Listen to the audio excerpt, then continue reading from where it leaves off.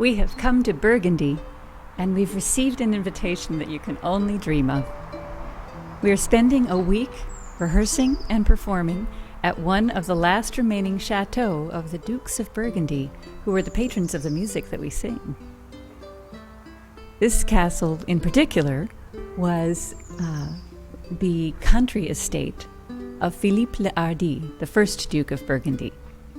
And he purchased this property and renovated it for his wife, Margaret of Flanders, because they wanted, or rather he wanted, a residence for her that was close to nature, something that she had always loved from her native Flanders. We can hardly wait to get inside and explore these halls where the music we sang was first heard so long ago.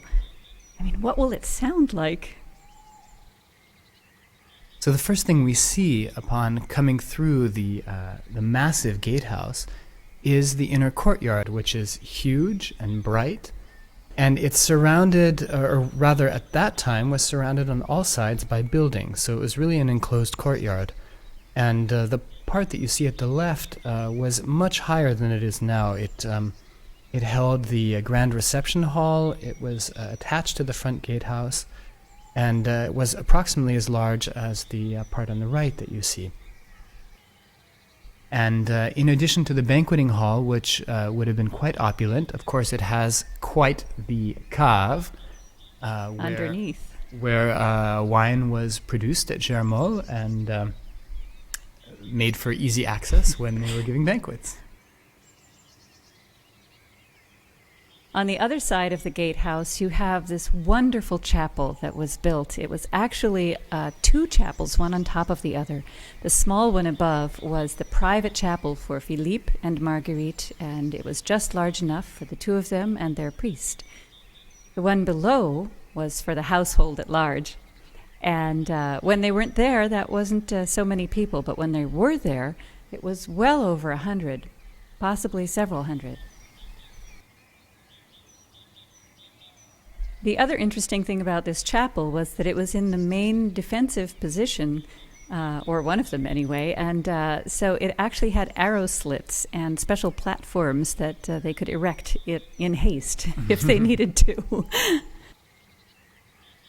So looking out the other side, this of course the building would have extended over.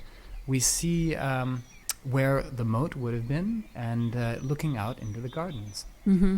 The entire chateau was surrounded on all four sides by a moat, and one of them was actually a river, one side of the moat, a very beautiful river.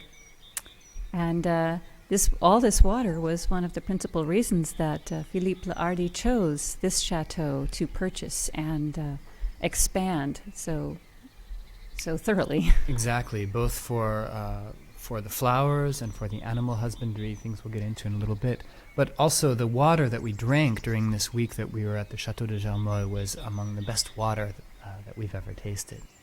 This chateau was going to be Marguerite's principal residence, and so it was to help fulfill her wishes, her dream.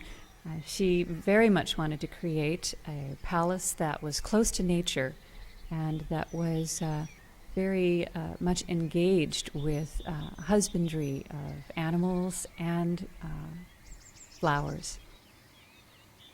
And she was such a fan of sheep in particular that this became a central theme in the chateau, both in terms of floor tiles, some of which remain today, and in terms of some wall decorations which unfortunately are lost to us today.